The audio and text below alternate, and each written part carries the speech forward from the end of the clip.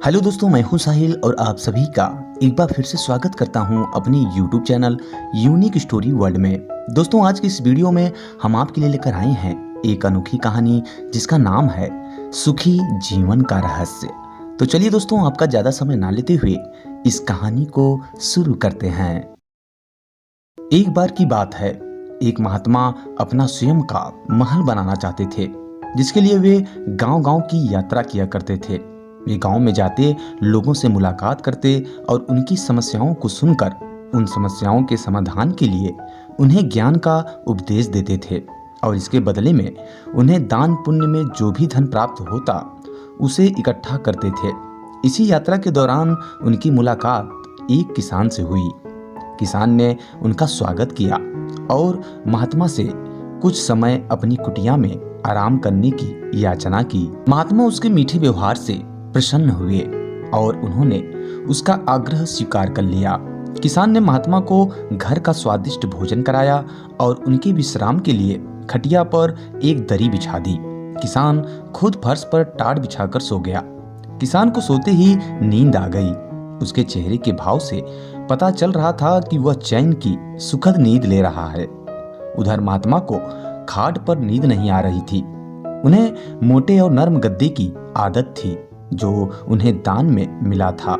वो रात भर किसान के बारे में सोच रहे थे कि वो कैसे इस कठोर जमीन पर भी इतने चैन से सो सकता है।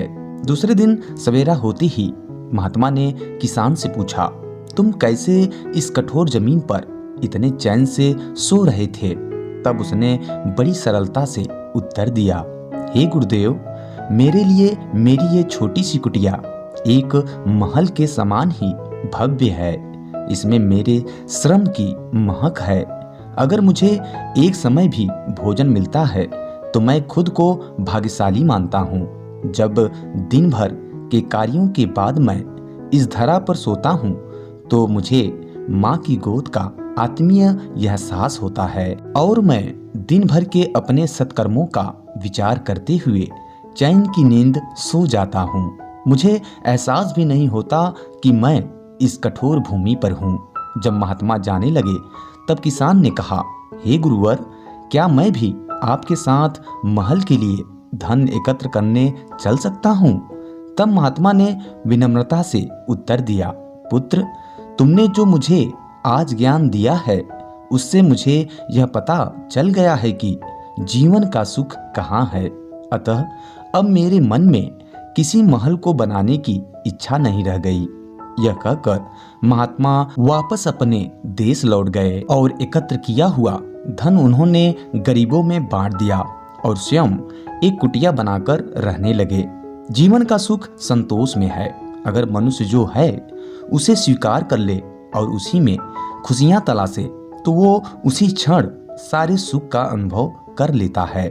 कई घरों में अपार धन दौलत ऐशो आराम होते हुए भी वहां सुख शांति नहीं होती, क्योंकि उनके पास जो है उसमें उन्हें संतोष नहीं होता। कहते हैं, जिन्हें दूसरों की थाली में घी ज्यादा दिखता है वो कभी खुद चैन से नहीं रहते। व्यक्ति को हमेशा वो चाहिए जो उसके पास नहीं है और वो मिल जाए तो नई महत्वाकांक्षा उसकी जगह ले लेती है। इसी तरह पूरा जीवन असंतोष में ही बीत जाता है। अतः संतुष्टि ही जीवन का मूल मंत्र है।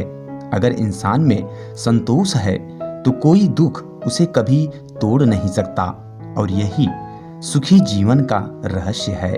तो दोस्तों, इस वीडियो में बस इतना ही।